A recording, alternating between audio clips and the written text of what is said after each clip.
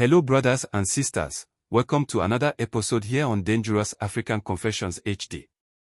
In this episode, we bring to you another confession from one of our dear sisters, who actually went to Benin for dark powers and spirits to perform healing in the country. She says not only her, but actually had in her company a man who will later become a pastor working miracles in this country after sacrificing family members and even going through self-mutilation. What happened? And why did she decide to embark on such a dangerous journey? To answer these questions, let us go and listen to what our dear sister has for us. But then, don't forget to subscribe if this is your first time, like and share this video so others can listen to it as well. And also hit the notification bell, so you will be notified anytime we upload videos of this nature. Brother, I greet you and your listeners and subscribers. I believe everyone is well. As I told you the other time that we spoke, I want to tell you what really happened and why I ended up in this mess of a dark covenant that I find myself. I wasn't always a person who ever thought that I would be able to stand the powers that be as in the dark world, not to talk of having to dine with the devil in any way. But as life goes on, I ended up becoming exactly what I never thought I would ever be. As you already know what I do. These herbal and spiritual things that I do for people, I wasn't always like this. I didn't start like this at all. The healings that you heard about is one that comes with the secret that I want to reveal to you. I was once a devoted student of my grandmother, who taught me a lot of things about how to get herbs for medicinal purposes. So when she died, I took over what she was doing already. However, things were not like I thought they were going to be. So, beneath my pious exterior lay a yearning for power and recognition that would ultimately lead me down a dark path. You see, I once met this guy when I was returning from a visit to a friend. He introduced himself to me as Pastor Samuel. Samuel was a young and charismatic preacher who had recently joined one of the churches in our area, and it was during one of his weekly evangelisms that he met me. We had a normal conversation as usual, about he inviting me to visit him at church one day. I told him it wouldn't be possible, but he is always welcome to share with me any message that he wanted to share with me. But for his church, I was not going to step foot there. We exchanged contacts, and we talked for some time. He visited me time after time, and that is how we became like friends, if I should put it that way. He was passionate about healing and had a growing following. I admired his ability to connect with people and perform what many believed were miraculous healings. But as I watched him rise in popularity, I felt a pang of envy. Honestly, I wanted to be seen as powerful too. As someone who could heal and perform wonders. This was something that I didn't inherit from my grandmother. Because he would just heal people anyhow, and she only taught me the physical herbs that you can use. But I believe there was more to do with her ability to heal any kind of sickness that was brought to her. But she died without revealing to me her secrets. And that is how I decided to fight till I also get to that point. One evening, after he visited me and I was escorting him, I shared my thoughts about wanting to explore deeper spiritual realms. Brother, one thing that shocked me was that he also confided in me that he had been feeling the same way.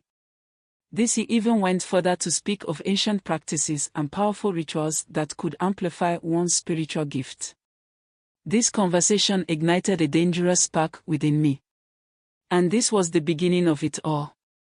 It wasn't long before we found ourselves discussing the infamous rituals that took place in Benin, known for its deep-rooted spiritual practices and connections to the supernatural.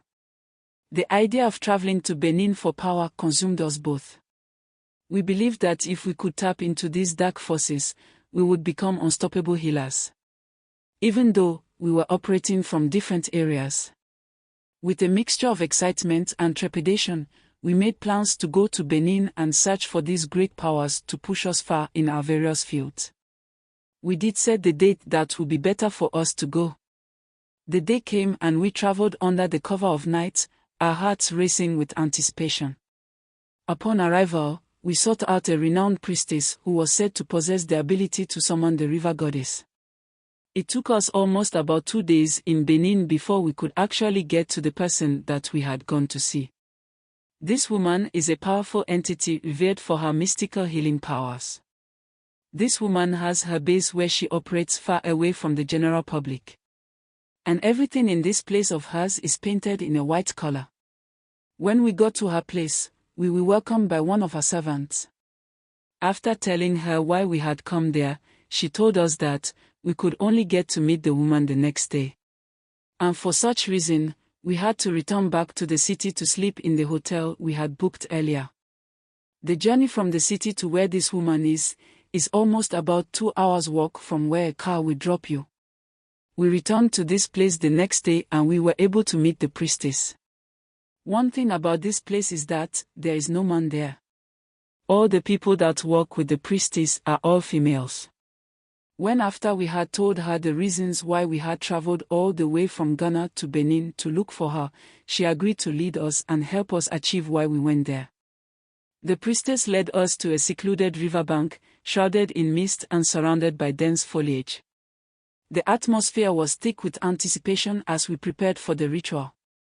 We were instructed to gather various items like white cloth, candles, herbs, and offerings of fruit. As we set up the altar by the river, I felt an eerie energy enveloping us. After we had finished with the preparation of the altar by the river, the priestess began chanting in an ancient tongue, her voice rising and falling like the tide. She did this for a while and you could feel the whole place was really changed. As the sun dipped below the horizon, she beckoned us to step into the cool waters of the river. The moment we entered, I felt an electric charge coursing through my body. It was as if the water itself was alive. She ordered us to submerge ourselves 3 times in the water. We submerged ourselves 3 times, each time reciting incantations that would bind us to the river goddess. When we came out from the water, the air grew heavy with an otherworldly presence. Brother, what I am talking about, I still can picture it vividly on my eyes right now. Suddenly, from the depths of the river, a figure began to emerge. This creature that came out was a creature of both beauty and terror. This creature had a flowing hair that danced like water and eyes that glowed with an ethereal light. This was actually the river goddess that we had come before it. Apparently, it had come to hear what we brought. The river goddess appeared before us, her voice resonating like thunder when she spoke. She demanded our utmost devotion and loyalty in exchange for her powers. In that moment, brother, fear gripped my heart, but ambition drowned it out. We were made to pledge ourselves to her, promising to honor her in all our endeavors. This was when the rituals and sacrifices were made. They were all made right before this creature, right there before my own 2 naked eyes. The rituals that followed were intense and demanding. We were instructed to make sacrifices, both material and spiritual, to solidify our bond with the goddess. Each offering came at a price. We felt our humanity slipping away as we delved deeper into darkness. Some of the sacrifices that we have made were materialistic, whilst others were purely something ethereal. We did certain rituals there, while some we returned and prepared ourselves again before we went to finish them all. But for the sake of this conversation, I will tell you all in no particular order. I am just going through what we did both the first time and second time. Each step of this dark journey became increasingly harrowing, pushing the boundaries of morality and humanity. One of the sacrifices were material in nature. The priestess had instructed us to offer items that held personal significance, as they would symbolize our commitment to the river goddess. The items we were asked to get were either pure gold or jewelry. So, when we returned to Ghana, I gathered my grandmother's gold earrings that she had given me, precious heirlooms that had been passed down through generations. I felt a pound of guilt as I placed them on the altar by the river, but I convinced myself that this was necessary for the power we sought.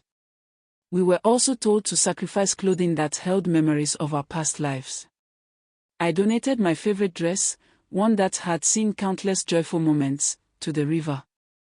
Pastor Samuel did the same, giving up his prized leather jacket. These items were burned in a ritual fire, their flames consuming our ties to our former selves. The next phase involved blood rituals. This was supposed to be an offering that would bind us more closely to her essence. We began with small animals. A goat and a chicken blood were spilled at the riverbank during moonlit nights. The priestess guided us through chants as we offered these creatures to the goddess, believing that their life force would enhance our own. Another phase of the ritual that we went through was that, in a darker turn, we were instructed to make cuts on our palms and let our blood drip into the river. This act of self-sacrifice, she said, was meant to symbolize our devotion and willingness to endure pain for power. Each drop of the blood into the river felt like a piece of my soul being siphoned away, yet I felt compelled to continue. The culmination of our sacrifices came when the goddess demanded an ultimate offering. This ultimate offering, she said, was a human sacrifice that would solidify our power indefinitely. At this point, we had gone so deep that there was no turning back. So, all we could do was actually plan on how to the human for the sacrifice. That was when she said that it shouldn't be anybody else apart from a family member. Because the person needed to be of the same blood with us. You let me talk about when we returned to Ghana because we needed to come back home and then prepare again for that ultimate sacrifice to be done. When we returned to Ghana, Pastor Samuel and I were transformed. After about some time back home, we realized that we possessed newfound abilities that astonished those around us. People flocked to us for healing. They were drawn by the aura of power that surrounded us. The exhilaration of newfound powers quickly transformed into a relentless hunger for more. The river goddess demanded sacrifices. Rituals that would strengthen our bond and ensure that we maintained the abilities we had acquired. The ultimate test of our loyalty came when the goddess demanded sacrifices that struck at the very heart of our lives, and indeed it had to do with our families. Pastor Samuel and I began to notice that our families were becoming obstacles in our quest for power. The goddess whispered in our ears, suggesting that we needed to eliminate those who could hinder our ambitions. It was a chilling thought, but the allure of power clouded our judgment. The time that my turning point came was when Pastor Samuel's younger brother fell ill. The goddess spoke through visions, suggesting that his life could be exchanged for greater power. In a moment of weakness, Samuel made the unthinkable choice to perform a dark ritual that would end his brother's life. Don't forget to please subscribe, share and like our videos. Kindly hit the notification bell so you will be the first to get notification to our videos when we upload. Indeed, I will stress on this statement that I always say, when you are too desperate to do anything, be it spiritual or physical in life, you will miss the mark, which will make you take certain decisions that will later come back to hurt you. Listening to our sister, you will realize that she had no need to go on with whatever she went in for. Your grandmother leaving you to continue with the herbal medicine that she used to do. Amongst all her grandchildren and even her children, she chose to leave behind you what she did on this earth. And you think there was something else that she needed to have given you. I tell you that, if you don't learn how to control your desire, and listen to your inner self and the spirit of the good spirit of the highest, it will lead you to do things that on the face value, you might not see anything wrong with it. Until it starts to hurt you yourself and sometimes your whole family. You see, at this point with what we do, I do have to say to you our listeners and subscribers to be very honest and careful with the kind of people we associate with and goes on to offer simple and short road to your problems. Please be very careful when dealing with such a person. Please let us wake up and know that the devil is right beside us, and is the very pastors that we go to for prayers and help. He or she can definitely be an agent of the devil himself. Now look at what a pastor has also gotten himself with. This is not to say that all pastors are a part of these dark rituals and sacrifices. But to be vigilant and stand firm is all that we want us to do.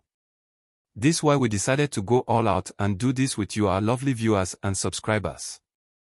Let us understand that the devil can use anything and anyone to get to us. It doesn't matter if he or she is a pastor, doctor, teacher or any other person. He can even use your own family members to make you miss your mark. Please let us hear your thoughts in the comment section. Yes, just as we are here to share with ourselves what is going on out there, we do bring these conversations with you, our family members, to help our innocent brothers and sisters to realize what is happening out there, that they do not have any idea about, so that they can make their own decisions going forward in their day-to-day activities. I just hope that we honestly take the important lessons from these stories to better our lives and decisions. Stay blessed and be safe. Thanks for being a part of this growing family. Kindly share your thoughts with us in the comment section below. And if you are new here, please subscribe, like and share.